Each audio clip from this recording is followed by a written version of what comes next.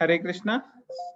So those who have just joined, second chapter, first 20 shloka हमने कर लिए थे कल. कृष्णा अर्जुन को बता रहे हैं कि कैसे बॉडी और सोल उनमें फर्क है. जो सोल है उसके लेवल पे जो कार्य होते हैं वो स्पिरिचुअल कार्य होते हैं, वो करने चाहिए हमें. बॉडी जो है वो हैप्पीनेस, डिस्ट्रेस, इन सब चीजों से अफेक्ट होती है, लेकिन हमें अफेक्ट नहीं होना.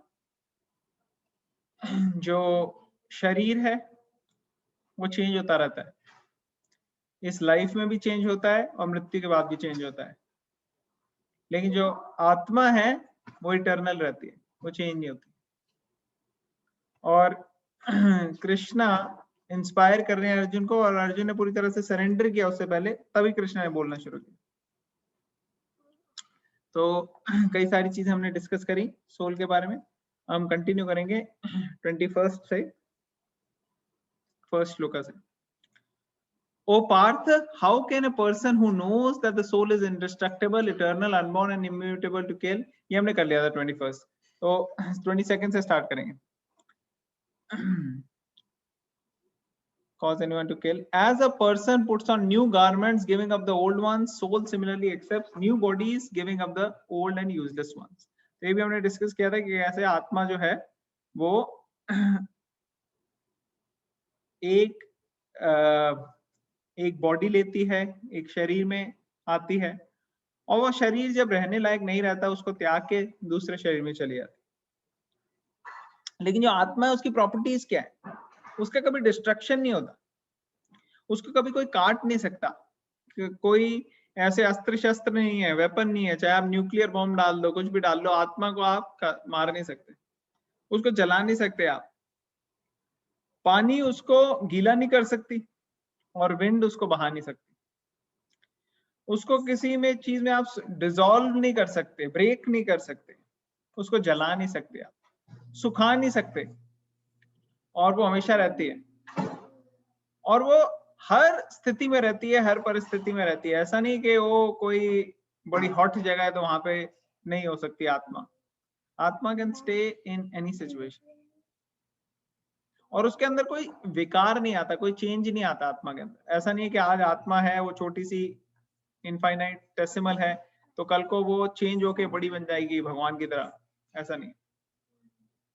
और आत्मा जो है वो स्थिर रहती है और सेम रहती है, ठीक है ना.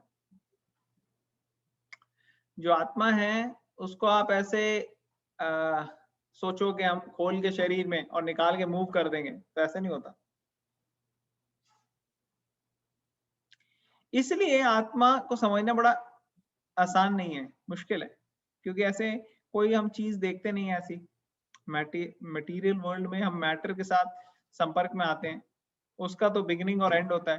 तो हम सोचते हैं आत्मा का भी कोई ना कोई बिगिनिंग होगा, भगवान का भी कोई ना कोई बिगिनिंग होगा, ऐसे सब धारणाएं सोचते हैं. क्यों? क्योंकि हमारे जो माइंड है वो पूरी तरह से भरा हुआ है मटेरियल चीजों को एनालाइज करने के लिए. तो वही मटेरियल कॉन्सेप्ट हम स्पिरिचुअल चीजों में भी लगाते हैं, जिससे स्पिरिचुअल चीजों को नहीं समझा जा सकता. तो इसलिए वो इनकंसीवेबल है आत्मा, और ऐसे हमें दिख नहीं सकती अपनी करंट दृष्टि से. इनफैक्ट जब अर्जुन भगवत गीता में भगवान को देखने की बात करता है कि आपको विराट रूप देखना है, तो उसके लिए भगवान ने उसको दिव्य चक्षु दिए थे. तो आत्मा को भी हम देख नहीं सकते ऐसे, तो इसलिए वो इनविजिबल है, इनकंसीवेबल है और इम्यूटेबल. इम्यूटेबल हमने डिस्कस किया ना पहले भी, उसके अंदर चेंज नहीं आता. तो इसलिए आप आत्मा के लेवल पे सोचो, शरीर के लेवल पे मत सोचो. ये मत सोचो कि शरीर इनका नष्ट हो जाएगा, भीष्म द्रोण इन सब का. जो आपके कर्तव्य है उसका पालन करो. अब कोई ये कह सकता है कि अच्छा आत्मा तो अमर रहती है, उसको तो कोई करा नहीं सकता, शरीर कोई कर सकता है. तो कोई आर्ग्यूमेंट दे सकता है, अच्छा फिर तो एनिमल्स को मारने में कोई दिक्कत नहीं है, क्योंकि हम उनका शरीर ही तो चेंज कर रहे हैं बेचारों का, कपड़े चेंज हो गए, क्या दिक्कत है कि नहीं? तो नॉनवेज खाने में क्या दिक्कत है फिर? फाड़ो टंगड़ी शंगड़ी, क्या जरूरत है कहने की कि नहीं जी वेजिटेरियन होना चाहिए? कोई बता सकता है? किसी के दिमाग में ये क्वेश्चन आ रहा है कि नहीं आ रहा कि भाई यहाँ पे इतनी सारे रीजंस दिए कि कैसे आत्मा के लेवल पे मत सोचो तुम, सॉरी शरीर के लेवल पे मत सोचो, आत्मा के लेवल पे सोचो। तो कोई ऐसे भी बोल सकता है कि हाँ मैं तो आत्मा के लेवल पे सोच रहा हूँ, इसलिए मैं शरीर की तरह इनको नहीं देख रहा, इसलिए इनको मार दो, कोई फर्क नहीं पड़ता।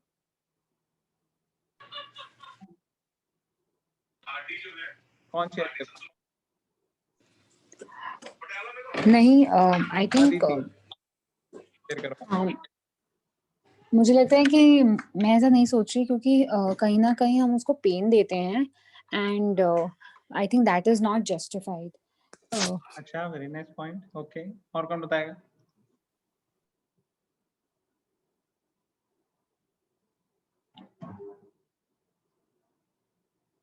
That's it? Prabhu ji, actually मार के किसी को खाने से मतलब कोई भी लिविंग सोल, अगर एंटिटी, अगर आप जैसे जानवर या कोई भी मार के खाते हैं तो उससे कर्म लगता है ना, भगवद गीता में कहा है। और आप अपने अपने फायदे के लिए तो किसी को नहीं मार सकते। अर्जुन ने भी जो लड़ाई की वो अपने फायदे के लिए नहीं करी, वो उसने अपने गुरु के कहने पे की, मतलब क्योंकि पहले कृष्णा चाहते थे शांति से हो जाए, but then he had to do it. So I think this. Okay, thank you, very nice. और कौन बताएगा? और कोई reason?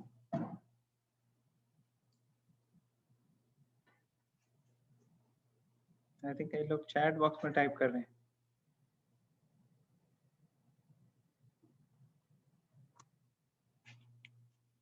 Okay, Rashika, all right.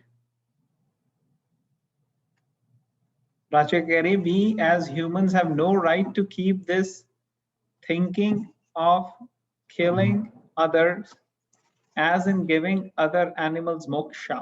It's only Krishna who can do it. Okay, interesting. और बताइए, और कौन बताएगा?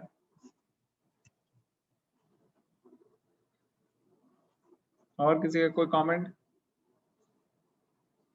Oh, speaker is not working. No problem. Speaker is not working. See, material world में कोई ना चीज कभी ना कभी कहीं ना कहीं खराब हो जाती है, इसलिए बेटर है स्पिरिचुअल वर्ल्ड जाना, वहां पे ऐसे खराब नहीं होता रॉन्ग टाइम पे। ऑल राइट, तो आप लोगों ने बड़े अच्छे अच्छे रीजन दिए, और एक्चुअली ये बात जब शुरू शुरू में पहली बार मैं भगवत गीता पढ़ रहा था तो मैं यही सोच रहा था, मेरे दिमाग में क्वेश्चन भी आया, मैंने कहा कि इनफैक्ट प्रभुपाद एक जगह कहते हैं भी परपट में कि ये किसी को लाइसेंस नहीं देता कि आप इनडिस्क्रिमिनेट किलिंग करो। क्यों नहीं देता ये? क्योंकि आपको अपना कर्म करना है, जस्टिस अकॉर्डिंग टू शास्त्र। आप अपने हिसाब से नहीं कह सकते कि भाई मेरा कर्म ये है, वो हो जाएगा स्पेक्युलेट करना, वो हो जाएगा विम्सिकली सोचना। जैसे अगर आप देखोगे तो ये जो राक्षस थे, हिरण्यकश्यप, रावण, ये भी जब अपना काम कर रहे थे तो ये भी शास्त्र को यूज करके बोल रहे थे कि हाँ देखो भाई हमारा कर्तव्य है इसलिए हमें करना है, हमें विष्णु को मारना है। हिरण्यकश्यप ऐसे बोलता था, वो क्या कहता है, विष्णु को गले काट के उसके जब खून निकलेगा विष्णु का तो उससे मैं अपने भाई की मृत्यु का बदला लूंगा, ये मेरा धर्म है, ये मेरी ड्यूटी है, वो ऐसे सोचता था। लेकिन ऐसे लोग जो होते हैं वो हिरण्यकश्यप के फॉलोअर्स होते हैं, जो इस तरह का सोचते हैं कि हम दूसरे को मार देंगे या कुछ कर देंगे। एक्चुअली जो सही मायने में शास्त्रों को समझते हैं वो प्रहलाद के फॉलोअर्स होते हैं। जैसे प्रहलाद ने सही सोच से समझा था। कौन था सही सोर्स? कौन था प्रहलाद का गुरु? कौन बताएगा? नारद जी। यस, नारद मुनि। तो नारद मुनि एक ऑथोराइज्ड व्यक्ति हैं जिनसे सीखा जा सकता है। क्यों है वो ऑथोराइज्ड व्यक्ति? क्योंकि उन्होंने अपने गुरु से सीखा है। नारद मुनि के कौन है गुरु? ब्रह्मा। ब्रह्मा, यस। और ब्रह्मा जी वो ऑथराइज्ड क्यों है? क्योंकि उन्होंने अपने गुरु से सीखा है। तो कौन है ब्रह्मा जी के गुरु? गर्भोदक्षाई विष्णु। नारायण, सॉरी, ब्रह्मा जी के गुरु हैं साक्षात कृष्णा, विष्णु, यस। तो उनसे उन्होंने सीखा और इसलिए वो बोनीफाइड संप्रदाय में है और इसीलिए वो जिसके भी संपर्क में आते हैं, चाहे वो प्रहलाद हो, ध्रुव हो, चाहे वाल्मीकि हो, चाहे मृगारी हो, कितने सारे ऐसे लोग हैं जो नारद मुनि के संपर्क में आए और एक्चुअली उन्हें अपना जो जीवन है उनका पूरा चेंज हो गया। तो ये सही जगह से हम जब नॉलेज लेते हैं तो हमारा एकदम माइंड क्लियर हो जाता है और फिर हम वो कार्य करते हैं जो सही में हमारे लिए लाभदायक होंगे फ्यूचर में। अदरवाइज बाकी लोगों की देखा देखी सोसाइटी में जब हम करते हैं तो हम लाभदायक कार्य नहीं करते, हम वो कार्य करते हैं जो जनता जनार्दन कर रही है। और कलयुग में ज्यादातर जनता जनार्दन जो है वो अपना रास्ता बना रही है नर्क की तरफ। तो इसलिए हम अगर ऐसे लोगों को फॉलो करेंगे तो प्रहलाद महाराज कहते हैं अंधा यथा अंधेर उपनीयमाना, कि जब एक अंधे व्यक्ति को दूसरा अंधा व्यक्ति फॉलो करता है, एक लीडर है वो खुद अंधा है, वो कहता है नहीं नहीं मैं सबको रोड क्रॉस कराऊंगा, 1 मिनट आ जाओ आ जाओ आ जाओ, सब मेरे पीछे मेरा हाथ पकड़ो। उसका हाथ पकड़ के रोड क्रॉस करते हैं, वो क्या कहता है, वो भी मरता है, दूसरों को भी लेके मरता है कि नहीं? तो यही हो रहा है आजकल, एक दूसरे के लीडर बन रहे हैं लेकिन शास्त्र का ज्ञान नहीं है, ये नहीं पता कि क्या लिखा है भगवत गीता में, तो क्या किसी को ज्ञान दे सकते हैं? दे नहीं सकते। इसलिए बहुत जरूरी है जैसे माता पिता भी हैं, वो अपने बच्चों का अच्छा करना चाहते हैं लेकिन उनको खुद ज्ञान नहीं है भगवत गीता का, तो वो ज्ञान सही हेल्प नहीं कर पाते। वो बच्चों को और फैसिलिटेट करते हैं कि भाई हम तो जा ही रहे हैं नरक में, तुम भी आ जाओ, लेके चलेंगे तुम्हें साथ। और वो सोचते हैं अपने हिसाब से कि हम बड़ा अच्छा कर रहे हैं बच्चों को, लेकिन उनको पता नहीं लगता कि until and unless Bhagavad Gita की नॉलेज नहीं मिलेगी हमें और सारे आने वाली नेक्स्ट जनरेशन को, उनका एक्चुअली बेनिफिट नहीं होगा, उनका नुकसान बल्कि होने के चांसेस ज्यादा है। तो आप लोग सब बहुत फॉर्चुनेट हो, समझदार हो, स्पिरिचुअल इंटेलिजेंस है आपकी कि आप यहाँ पे आ रहे हो और भगवत गीता में इंटरेस्ट ले रहे हो। लेकिन अगर आप देखोगे ज्यादातर 99.99% जनसंख्या ऐसे नहीं कर पा रही। तो इसलिए ये जो आपके अंदर प्रवृत्ति है, जो क्यूरियोसिटी है, जिज्ञासा है भगवान की तरफ बढ़ने की, उसको आपने संभाल के रखना है। तो ये सोल की जो साइंस है ये यहाँ पे कृष्ण ने बताया। फिर कृष्ण उसको दूसरा पर्सपेक्टिव दे रहे हैं। कृष्ण अर्जुन को कहते हैं अगर मान लो तुम ये नहीं मानते बाई चांस, ठीक है ना, तुम सोचते हो कि भाई आत्मा तो एक ही बारी आती है और फिर मर जाती है हमेशा के लिए, ठीक है, कई लोग ऐसे सोचते हैं आज भी कि आत्मा की उत्पत्ति हो रही है और फिर मृत्यु के वक्त किसने क्या देखा भाई, एक बार मृत्यु हो गई फिर किसने क्या देखा, चली गए सब। तो अगर कोई ऐसा भी समझता है, जिसको हम एथीस्टिक मेंटालिटी कहते हैं, एथीस्ट, क्योंकि शास्त्रों के हिसाब से, वेदव्यास के हिसाब से थीस्ट पर्सन वो है जो वेदों पे विश्वास है। जिसका आम भाषा में तो लोग ये सोचते हैं ना कि जो एथीस्टिक को हिंदी का कहते हैं नास्तिक, हाँ नास्तिक, जो नास्तिक व्यक्ति है, नॉर्मली नॉर्मल लैंग्वेज में हम सोचते हैं कि शायद नास्तिक का मतलब ये है जिसका विश्वास नहीं है भगवान में, ऐसा सोचते हो ना सब लोग। लेकिन एक्चुअली वैदिक सर्कल में ऐसा नहीं है। वैदिक सर्कल में नास्तिक का मतलब क्या होता है, किसी को पता है? कौन बताएगा नास्तिक का क्या मतलब है?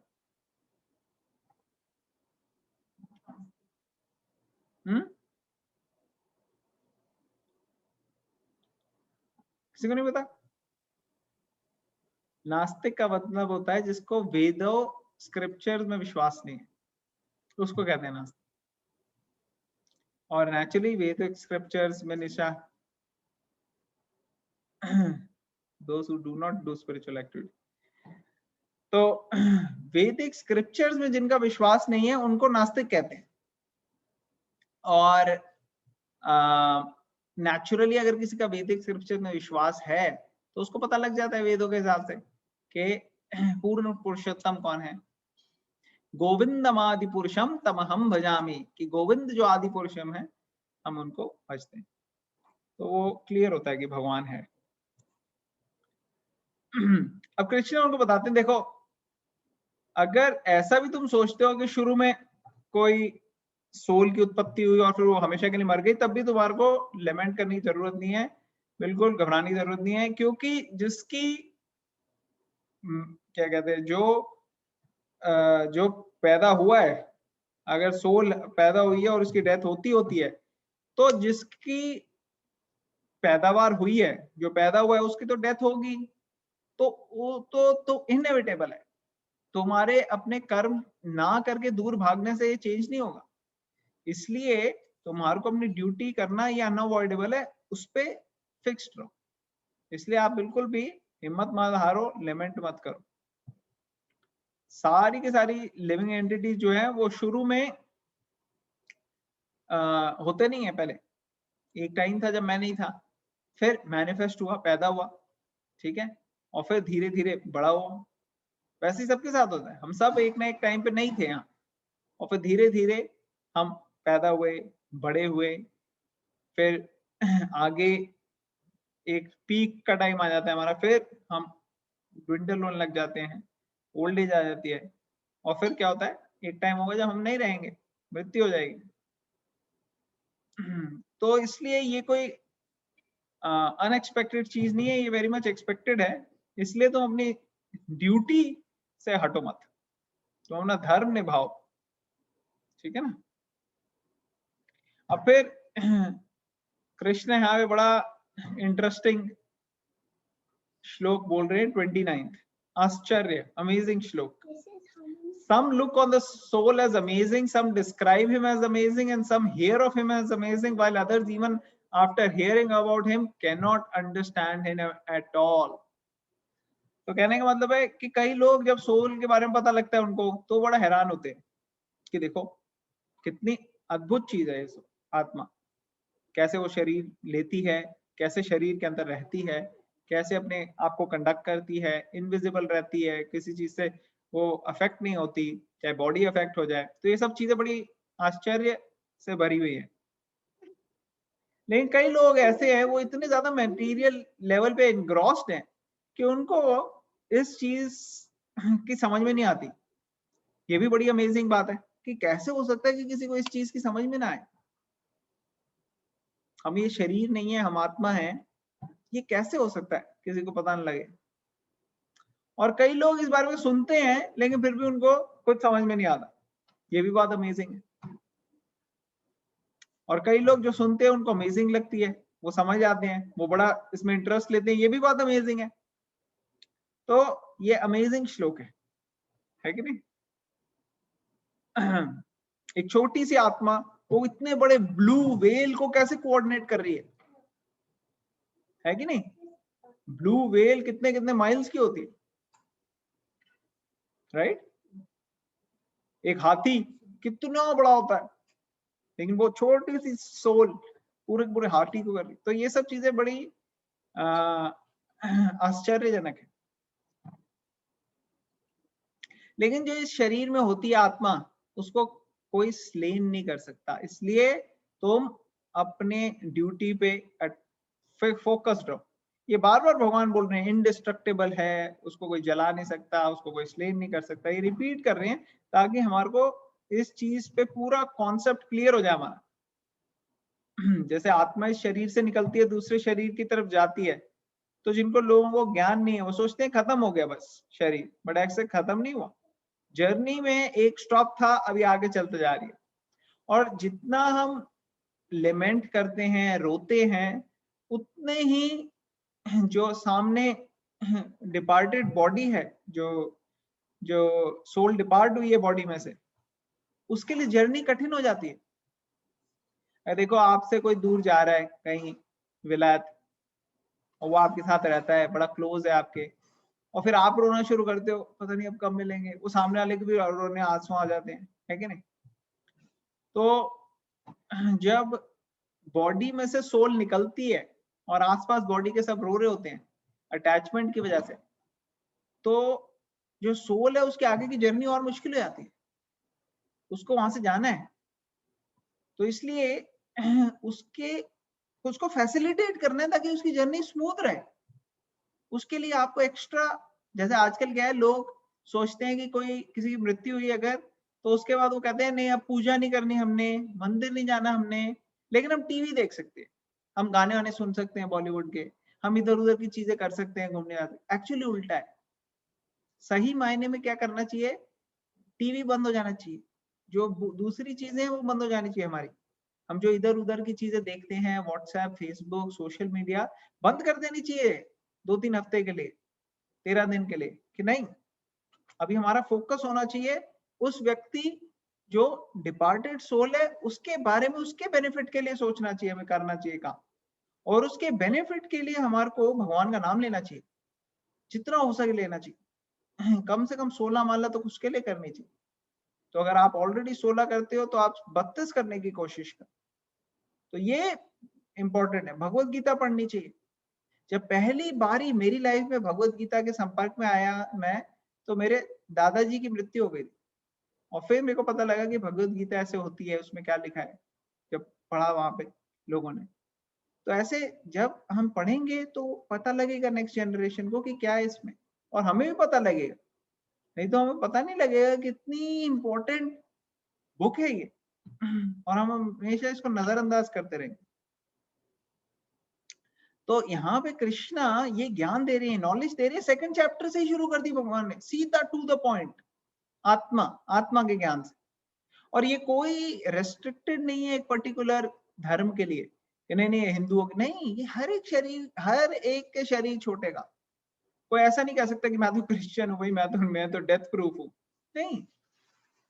और हिंदू के बारे में कुछ मेंशन, तो ये सारे रिलीजन के लिए एप्लीकेबल है, और सारी सिचुएशन के लिए एप्लीकेबल है, सारी एजेस के लिए एप्लीकेबल है।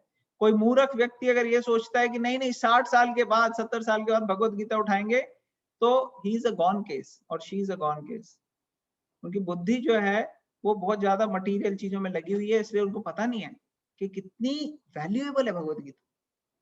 तो ऐसे लोगों को हम क्या कहते हैं, अपने एग्जाम्पल से दिखा सकते हैं कि कैसे भगवत गीता जो है वो ट्रांसफॉर्मेशनल बुक है। तो 30th श्लोक में कह रहे हैं कि he who dwells in the body can never be slain, ये याद रखो। फिर 31st में तुम क्षत्रिय हो, अपनी जो क्षत्रिय की ड्यूटी है उसको फॉलो करो, और उससे अच्छा एंगेजमेंट तुम्हारे लिए कुछ नहीं हो सकता। To engage in the specific duty of Kshatriya, there is no better engagement than fighting on religious principles. इसीलिए कोई हेजिटेशन नहीं होनी चाहिए आपको इस चीज में। तो जैसे जो भी आपका धर्म कर्म है वो आप रिलीजियस प्रिंसिपल से करते हो। अगर भगवत गीता के अकॉर्डिंगली हमें अपनी लाइफ में अपने काम उस तरीके से करने चाहिए जैसे जो धर्म के अनुकूल है, प्रतिकूल नहीं। तो वही भगवान बता रहे हैं, और तुम क्षत्रिय हो इसलिए तुम्हारे लिए युद्ध करना बिल्कुल अनुकूल है रिलीजियस प्रिंसिपल्स। तो हेजिटेट मत करो, जाओ। और बल्कि तुम्हें तो खुश होना चाहिए, या उलट दिया भगवान ने यहाँ पे। वो कह रहे, वो परेशान था, वो कह रहा था यार मैं तो फंस गया हूँ। कृष्णा भी क्या कह रहे हैं, कृष्णा कह रहे हैं आपको तो खुश होना चाहिए। 32 श्लोका में देखो कि आपका अपॉर्चुनिटी आई, आपको ये मौका मिला है। ऐसे मौके की तो तलाश करते हैं जो क्षत्रिय व्यक्ति होते हैं, कि ऐसे हमारे को धर्म के को बचाने के लिए, कि प्रोटेक्शन के लिए हमारे को अपनी युद्ध करना को मिल रहा है। इससे क्या होता है, हायर प्लैनेट, स्वर्ग के द्वार खुल जाते हैं। तो इसलिए आप बढ़ो इस तरफ। और अगर आप इस तरीके से अपनी ड्यूटी नहीं करते, धर्म के अनुकूल नहीं चलते, तो बल्कि आपको पाप लगेगा। आपको याद है फर्स्ट चैप्टर में अर्जुन क्या बोल रहा था, उसको एक आर्ग्यूमेंट उसने दिया था, फियर ऑफ सिंफुल रिएक्शंस, कि मुझे युद्ध नहीं करना क्योंकि उससे मेरे को पाप लग सकता है। और जब उसने ये बोला कि मुझे युद्ध नहीं करना क्योंकि मुझे पाप लग सकता है, तो उसी के फ्लो में जब कृष्ण ने समझा रहे हैं, तो उसी का आर्गुमेंट यहाँ ट्विस्ट करके कृष्ण ने उन्होंने कह दिया कि देखो तुम्हारे जैसे क्षत्रिय के लिए तो ये फाइटिंग अपॉर्चुनिटीज बहुत ज्यादा, वो तो अपॉर्चुनिटी देखते हैं ऐसी कि धर्म के को बचाने के लिए किया जाए युद्ध, और अब तुम्हारे पास आया है, अगर तुम नहीं करोगे तो तुम्हें पाप लगेगा क्योंकि तुम नेग्लेक्ट कर रहे हो अपनी ड्यूटी। तो इसलिए तुम्हारी इससे क्या होगा, बिल्कुल रेपुटेशन खराब हो जाएगी। तुम्हें लोग क्षत्रिय कहते हैं, बड़ा बड़ा कहते हैं, लेकिन अगर तुम ऐसे करने लगे तो लोग तुम्हारे ऊपर थू थू करेंगे, इनफेमस हो जाओगे तुम। और तुम्हारे जैसे एक इतने रिस्पेक्टेबल व्यक्ति के लिए इतनी ज्यादा डिसरिस्पेक्ट, ये तो मृत्यु के समान है। तुम्हें ऐसा नहीं करना चाहिए। जो इतने बड़े बड़े रथी महारथी जनरल्स हैं, वो देखेंगे कि अरे अर्जुन अर्जुन युद्ध से भाग गया, अरे वो हंसेंगे तुम्हारे ऊपर और वो सोचेंगे अरे वो तो तुच्छ है अर्जुन, और उससे तुम बिल्कुल इनफेमस हो जाओ। उनको समझ लगेगा कि ये डर के मारे ही नहीं आया, बस डर के मारे भाग गया यहाँ से। और वो तुम्हारे को बड़ी गालियां निकालेंगे, अनकाइंड वर्ड कहेंगे, वो कहेंगे नपुंसक है, इसके बस का नहीं कुछ, और वो आपके लिए बहुत पेनफुल होगा। तो आपको ये चीज बिल्कुल भी करनी नहीं चाहिए। बल्कि अगर आप युद्ध करोगे तो बेटर है। क्यों? क्योंकि अगर आप युद्ध करोगे तो या तो आप युद्ध में मारे जाओगे, और अगर मारे जाओगे तो आप स्वर्ग के द्वार खुल जाएंगे आपके लिए। हरे कृष्णा, स्वर्ग के द्वार आपके लिए खुल जाएंगे। और अगर आप मारे नहीं जाओगे, आप जीत जाओगे युद्ध को, तो आपको पूरा राज्य मिलेगा धरती का। You will be the king of the whole earth. इसलिए कोई reason, there is no reason for lamenting. आपको दुख करने का कोई रीजन नहीं है। आपको खड़े होके पूरे निश्चय के साथ, डिटर्मिनेशन के साथ युद्ध करना है। ये मत सोचो कि अरे युद्ध से मेरे को दुख आ जाएगा, या मेरे प्रियजन जो है उनको मृत्यु आ जाएगी, उससे मेरे को बड़ा दुख होगा। नहीं, ऐसे सब मत सोचो। हैप्पीनेस और डिस्ट्रेस, लॉस और गेन, विक्ट्री और डिफीट, इन सब के चक्कर में मत फंसो, और अपना युद्ध करो, अपना कर्म करो, अपना धर्म के अनुकूल चलो। और अगर ऐसा करोगे तो तुम्हें कभी भी पाप नहीं लगेगा, कभी भी तुम्हें पाप नहीं लगेगा। तो ऐसे करके कृष्ण उसको समझा रहे हैं। अब यहाँ पे कृष्णा ने जो है कई चीजें ऐसी बोली जो कि रिजल्ट ओरिएंटेड है। रिजल्ट ओरिएंटेड मींस कर्म के हिसाब से, कि भाई अगर तुम ये करोगे तो तुम्हारे को कर्म लगेगा, सॉरी, अगर तुम युद्ध करोगे तो तुम्हें स्वर्ग मिलेगा, या फिर तुम धरती का राज्य मिलेगा। तो ऐसे ऐसी सब चीजें बोल रहे हैं जो कि गोल ओरिएंटेड है। ये बोल रहे हैं अरे तुम अगर नहीं युद्ध करोगे तो तुम्हारी बेइज्जती हो जाएगी, इंसल्ट हो जाएगी। तो ये सारे कॉन्सिक्वेंसेस रिजल्ट ओरिएंटेड के तरीके से बोलते हैं। ऐसे रिजल्ट ओरिएंटेड वे में जो काम करता है उसको कहते हैं कर्म कांड। कर्म कांड मीन्स आप कर्म कर रहे हो लेकिन आपको फल की चिंता है, आप फल के वजह से कर रहे हो काम, और आप शास्त्रों के अनुकूल कर रहे हो लेकिन फल की चिंता से कर रहे हो। तो चाहे वो शास्त्रों के अनुकूल ही क्यों ना हो, लेकिन वो शास्त्रों में सबसे लोअर लेवल का रिलीजियोसिटी है, lowest level religiosity, when we are oriented towards the results and that's why we are acting। जैसे हमने पढ़ा, कल डिस्कस किया था ना कि कुछ लोग तो एक तरफ एथिस्टिक की तरह होते हैं, भगवान की तरफ नहीं बढ़ते। और उसके अलावा मैंने 4 रीजंस बताए थे जो लोग भगवान की तरफ बढ़ते हैं, 4 कारणों से। कौन बताएगा? 4 levels of people who want to go towards Krishna, which we discussed yesterday. What is the motivation behind those people who want to go?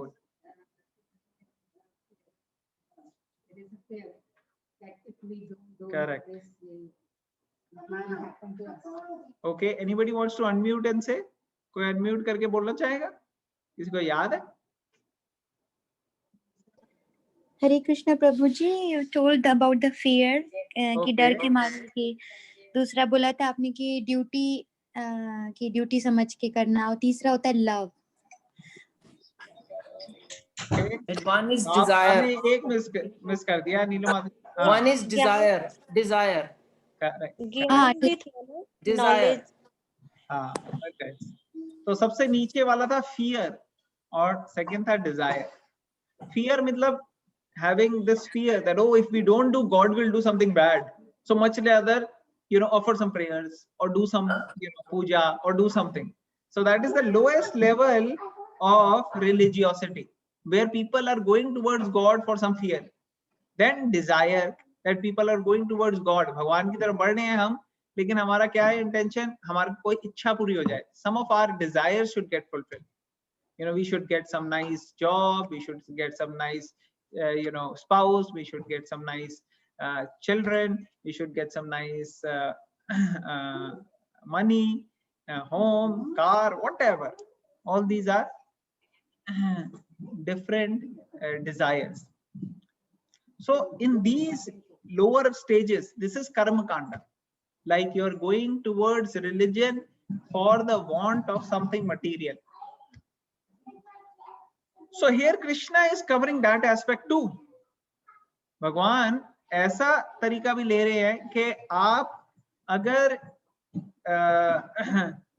Fame, prestige, earthly kingdom, heavenly kingdom, इन सब के बारे में भी अगर आप सोचते हो तो भी आपको धर्म और कर्म अपना करना चाहिए. लेकिन अब 9th से कहानी में ट्विस्ट आने वाला है. कहानी में ट्विस्ट क्या है? यहाँ पे कृष्ण बोल रहे, thus far I have described this knowledge to you through analytical study. अभी मैं एनालाइज करके तुम्हें बता रहा हूँ सांख्य के माध्यम से. अब ध्यान से सुनना. I will explain in terms of without fruitive results. तो अभी तो fruitive results के हिसाब से बताया रिजल्ट, लेकिन अब मैं बताऊंगा without fruitive results. और if you act like this, then you can free yourself from the bondage of work. अगर अब जो मैं बता रहा हूं उस तरीके से आप अपने आप को चलाओगे तो कर्म बंधन से अपने आप को बचा सकते, निकाल सकते हो. तो ये कर्म बंधन से निकलने के लिए क्या है वो हम कल डिस्कस करेंगे. आज हमने डिस्कस किया कर्म कांडा के लेवल से, हम आगे डिस्कस करेंगे निष्काम कर्म योगा से. So that will come tomorrow. लेकिन एक बात यहाँ पे बताते हैं हम, कृष्ण ये कह रहे हैं, लेकिन ये ध्यान रखो कि जो भी मैं बता रहा हूं आपको, आप इसको अगर फॉलो करोगे, if you follow this even slightly, you will get so much benefit. देखो यहाँ 40 श्लोका में क्या कह रहे हैं? In this endeavour there is no loss or diminution and a little advancement on this path can protect one from the most dangerous type of fear. So I want you to remember, ये ध्यान रखना चाहिए हमें कि कोई भगवत गीता की अगर knowledge को हम फॉलो करेंगे, there is no loss and there is only benefit. तो इसलिए we should be very serious, sincere and focused. The more we are focused, the more we will see the benefit. ठीक है ना? तो यहीं पे हम स्टॉप करते हैं. अब हम क्वेश्चन ले सकते हैं अगर किसी का कोई क्वेश्चन, कमेंट या कोई पॉइंट है. कोई क्वेश्चन पूछना चाह रहा है?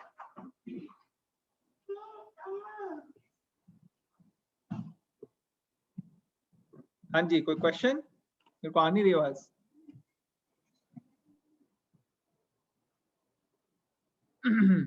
यस, सो रीमा, सब लोग क्वेश्चन पूछेंगे आप please. Hare Krishna Guruji. Hare Krishna, thank you for joining. आप कब से ज्वाइन कर रहे हैं हमारी कॉन्फ्रेंस कॉल? मैंने 3rd चैप्टर से ज्वाइन किया गुरुजी. 3rd चैप्टर से ज्वाइन किया. तो आपने 1st चैप्टर की समरी हमने जो करी 2 दिन पहले, और कल का ज्वाइन किया था? कल थोड़ा सा किया था. कल किया था आपने. तो हमारे वीडियोस, लेक्चर्स रिकॉर्डेड है चैनल पे, आप चैनल पे वो वॉच कर सकते हैं, हम अपलोड करते रहते हैं. आपने अभी तक कोई पुराने लेक्चर देखा? हाँ, एक देखा प्रभु जी। चलो वेरी गुड। आप पुराने क्वेश्चन वो देख के कवर अप कर सकते हैं। तो क्या क्वेश्चन क्या है आपका? मैंने गीता में पढ़ा प्रभु जी कि लॉर्ड कृष्णा ने जो भीष्म पितामह को और इनकी सेना को पहले ही मार दिया था। वो सिर्फ एक डमी रूप में अर्जुन के सामने खड़े थे कि ये बताने के लिए कि आपको अपना कर्म करना है। ऐसा महाभारत में तो कहीं दिखाया नहीं गया। ऐसा कहीं महाभारत में दिखाया गया? ये महाभारत के शुरू में जब आप देखोगे ना गीता में, जब महाभारत में भगवान ने अपना रूप दिखाया, विराट रूप, तो उसमें विराट रूप में सारे के सारे लोग जा रहे थे उनके मुंह में भगवान के, देखा होगा आपने शायद। तो भगवान के रूप में जो जा रहे थे वो यही लोग थे। जो लोग सामने दिख रहे थे आपको वो एक्चुअली भगवान के अरेंजमेंट से ऑलरेडी मर चुके थे, लेकिन अर्जुन को निमित्त मात्र बनाया। तो कई बार ये हम किसी को दूसरे को ब्लेम करते हैं, तुम्हारी वजह से हो गया, तुम्हारी वजह से हो गया, तुम्हारी वजह से हो गया। ऐसे किसी की वजह से नहीं हुआ, ये हमारी कर्मों की वजह से हुआ है। तो इसलिए कहते हैं don't blame the instrument of your Karma. हमने कोई कर्म किए हैं पिछले जन्म में और इस जन्म में, उसकी वजह से किसी और के माध्यम से हम दुखद स्थिति में पहुंच सकते हैं कभी कभार। चाहे वो हमारा बॉस हो, चाहे वो हमारे पति पत्नी, बच्चे, माँ बाप, कोई भी हो, उनके वजह से हम कभी बार उनको ब्लेम करते हैं, तुम्हारी वजह से ये हुआ है। एक्चुअली वो उनकी वजह से नहीं, हमारा कर्म ही है जो सामने आ रहा है। वो तो बेचारे इंस्ट्रूमेंट बन गए। तो हमें इंस्ट्रूमेंट नहीं बनना किसी और के दुख का, लेकिन अगर कोई हमारे दुख का इंस्ट्रूमेंट बन रहा है तो हमें समझना चाहिए ये तो हमारे कर्मों की वजह से, ये पहले से ही डिस्टाइन था होना। अब हर चीज डिस्टाइन नहीं होती, वो डेस्टिनी बनती कैसे है? वो कर्मों के थ्रू बनती है। जो हम कर्म करते हैं उसके हिसाब से हमारी डेस्टिनी फाइनल होती रहती है। तो इसीलिए हमें अच्छे कर्म करने चाहिए। Does it answer your question? Yes Prabhu ji, thank you so much. Thank you very एक much. क्वेश्चन प्रभु जी कि 16 माला ये क्यों, 10 नहीं, 11 नहीं, 16 माला ये क्यों सजेस्ट करते हैं? नहीं 16 माला नहीं, 16 माला तो मिनिमम है। आप उसके आगे 32 भी कर सकते हो, 64 भी कर सकते हो, 100 भी कर सकते हो। कोई ऐसे कोई हायर की लिमिट नहीं है, देयर नो मैक्सिमम। 16 राउंड जो होते हैं वो मिनिमम कहे गए हैं, क्योंकि 16 राउंड जो होते हैं उसका अगर आप देखो 64 बारी आप बोलोगे ना, माला करोगे, तो वो 1 लाख बारी भगवान का नाम हो जाता है एक दिन में। और 1 लाख की स्पेशल कृपा है, जब 1 लाख कर लेते हैं उसकी बहुत स्पेशल कृपा मिलती है, उससे हमारा माइंड और बॉडी पूरी स्पिरिचुअलाइज हो जाती है। लेकिन अब आजकल हम 1 लाख कर नहीं सकते। क्यों? क्योंकि हम इतने बिजी हैं, दूसरी चीज में डिस्ट्रैक्टेड हैं पूरी तरह से। तो प्रभुपाद ने हमारे लिए कहा कि चलो तुम 16 ही कर लो, तुम 1/4 करो, मैं तुम्हारे लिए बाकी करूंगा। तो एक्चुअली हमारे को 25% कंसेशन दे दिया उन्होंने। उन्होंने कहा कि 100 में से अगर 40 नंबर पास होने के हैं, तू 10 ही ले आ यार, तभी भी मैं बाकी तेरे लिए कर दूंगा। तो इसलिए हमारे को बड़ी कृपा मिल रही है, हम कोशिश करते हैं। आप कितने राउंड करते हैं? आज मैंने 7 राउंड किया है। आपने 7 राउंड किए, बहुत अच्छा है, वेरी गुड, एक्सीलेंट। तो ऐसा नहीं है कि हर एक जने को एकदम 16 से स्टार्ट करना है। आप 5, 6, 7 से शुरू कर सकते हैं, आप उस पर स्थिर रहिए। आपको किसने बताया कॉन्फ्रेंस के बारे में? मेरी फ्रेंड ने बताया, अच्छा अलका ने। अच्छा, उन्होंने बताया, ओके, चलो वेरी नाइस। आपके अच्छे फ्रेंड हैं तो आप भी फॉलो करो, वो भी फॉलो करें, अच्छे फ्रेंडशिप रखो आप, देखो आगे भगवान कृपा करेंगे। Thank you Prabhu ji, Hare thank you, Krishna. Thank you, Hare Krishna. Okay, और किसी का कोई क्वेश्चन? ऑल राइट, तो आई थिंक किसी का कोई क्वेश्चन नहीं है, सबको सब चीजें क्रिस्टल क्लियर हो गई हैं। अच्छा हाँ, लग रहा है कोई लोग अनम्यूट कर रहे हैं। हरे कृष्णा। हाँ जी, हरे कृष्णा। तो आपने बोला कि जब डिपार्टेड सोल होता है और सोल जब जाती हैं तो उनको बहुत अटैचमेंट होती है, तो वो रिमेम्बरेंस रहता है सोल में कि ये मेरी बॉडी थी। इंप्रेशंस रहते हैं। हाँ एग्जैक्टली, सोल जो है वो बॉडी से दूर नहीं जाना चाहती, वो वहीं पे रहती है और उसको अटैचमेंट रहती है, लेकिन वो बॉडी लायक नहीं है कि उसमें सोल दोबारा से जा सके। तो सोल को अब अपनी ऑनवर्ड जर्नी करनी होती है और बड़ी कठिन हो सकती है वो ऑनवर्ड जर्नी। इसलिए सोल को बहुत ज्यादा फायदा होता है अगर जिससे उन्हें वो अटैच्ड है वो भगवान का स्मरण करें, भगवान को याद करें। उससे क्या होता है, सोल को बेनिफिट मिलता है। अगर आप सही मायने में किसी से प्यार करते हो आप, तो आपको चैंटिंग बढ़ा देनी चाहिए। आपको कम से कम पहले 1 महीने रोज 16 माला करनी चाहिए कम से कम। और अगर नहीं कर सकते आप 16 तो आप 8 कर लो, 4 कर लो, 2 कर लो। लेकिन आप अगर एक्सक्लूसिवली ये करोगे तो, और भगवान से प्रार्थना करो उनके लिए, अगर आप एक्सक्लूसिवली करोगे तो आप देखोगे कि आपकी वजह से उनको बहुत बेनिफिट मिलेगा। तो ये शक्ति है, होली नेम जो है वो बड़ा पावरफुल है, भगवान से अभिन्न है। नाम चिंता मणि कृष्णस चैतन्य रस विग्रह पूर्ण शुद्धो नित्य मुक्तो अभिन्नत्वा नाम नामिनो। के नाम और नामी में कोई फर्क नहीं है। Krishna and his holy name are non different. जब आप बोलते हो कृष्णा, वो साक्षात आपके साथ प्रेजेंट है, जैसे भगवान खुद प्रेजेंट होते। तो कौन नहीं होता चाहता कि भगवान के साथ हम प्रेजेंट, हम हर कोई चाहता है कि हाँ भगवान हमारे सामने आए। तो भगवान हमारे सामने आ सकते हैं, लेकिन हम उसका फायदा नहीं उठा रहे। हमारे लिए इतना आसान है, हम कह सकते हैं हरे कृष्णा और भगवान हमारे साथ है। तो अगर हम इसको करेंगे स्मरण, तो नेचुरली उनकी प्रेजेंस में हम प्यूरिफाई होंगे, और जिनके लिए हम प्रे कर रहे हैं उनको बहुत बेनिफिट मिलेगा। प्रहलाद महाराज ऐसे ही प्रार्थना करते थे। प्रहलाद महाराज कहते हैं मेरे को अपने लिए नहीं चाहिए, लेकिन मैं उनके लोगों के लिए परेशान हूँ, बाकी लोगों के लिए। इतने सारे गधे लोग हैं, ये मूर्ख हैं, इन लोगों को पता नहीं है क्या करना है क्या नहीं करना। तो इन लोगों को आप कृपा कर दो, चाहे मुझे यहाँ सड़ने दो नरक में, इन लोगों को आप जो है वैकुंठा में पहुंचा दो। ऐसे प्रार्थना करते थे प्रहलाद महाराज। तो भगवान बड़े खुश हुए उनसे। तो ऐसी प्रार्थना होनी चाहिए कि हम जो भी लोग हैं उनको, उनके लिए हाईएस्ट लेवल की परफेक्शन की प्रार्थना करें, जो कि भगवान के साथ रहने की। Does it answer your question? Yes. Okay, great. तो प्रभु जी ये सालों सालों तक ये पितरों के मोक्ष के लिए क्यों करते रहते हैं इतने सालों तक? तब तक क्या पता आपका एक आत्मा बार पूरी। कनेक्शन हो गया किसी के साथ, तो आपके कार्य से उसको मिलेगा लाइफ, उसको मिलेगा बेनिफिट अगले जन्म में भी। अगर आप पिछले जन्म में किसी के, कोई आपके पिता थे, माता थे, उनको भी बेनिफिट मिलेगा अगर आप भक्ति करोगे। तो एक बार आपके साथ कोई कनेक्ट हो गया तो भगवान हर एक को बेनिफिट देंगे, अगर आप शुद्ध भक्त बन जाते हो तो, अगर आप भक्ति करते हो तो ये तो भक्ति की शक्ति है, बहुत पावरफुल है। इसलिए बेस्ट तरीका है अपने फैमिली वालों के लिए बेनिफिट करने का कि हम सीरियस हो जाए भक्ति में। अगर आज हम सीरियस हो जाते हैं भक्ति में, तो ये आज की फैमिली, पुरानी फैमिली, कितने सारे जेनरेशंस का बेनिफिट कर सकते हैं। अगर हम नहीं होते सीरियस तो फिर हम सेल्फिश हैं, फिर हमें बस अपनी आज की जो कंफर्ट और इंद्र तृप्ति में लगना है, हम उसमें लग रहे। ठीक है, सीरियसली हम चैंट नहीं करते, इधर उधर घूम घूम के, इधर उधर टीवी देख के बातें कर करके कर रहे हैं चैंटिंग, तो इसका मतलब फिर हम सीरियस नहीं है। हमें सीरियसली एक एक वर्ड समझना है कि भगवान हमारे साथ है। अभी जब हम नाम ले रहे हैं भगवान का, तो उसको हेयर करना है properly. Hear means perceiving Krishna, भगवान को परसीव करना, तो उससे हमारी प्यूरिफिकेशन होगी, पूरी एकदम स्पिरिचुअलाइज हो जाती है हमारी कॉन्शियसनेस। ओके, और किसी का कोई question? Does it answer your question माता जी? अलका माता जी आपकी आवाज नहीं आ रही, आप म्यूट हो। यस प्रभु जी। हाँ, तो पितृ की वो जो पूजा वगैरह है वो तो चलो ठीक है, लेकिन जो भक्ति, जो चैंटिंग और इसमें शक्ति है, वो और ज्यादा पावरफुल है, तो उसको हमें हमेशा ध्यान रखना है।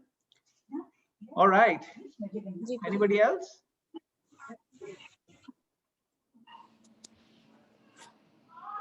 ओके, तो फिर हम आज यहीं पे विराम देंगे। Thank you very much. Bhagavad Gita की जय, श्रील प्रभुपाद की जय। जय। हरे कृष्णा। हरे कृष्णा।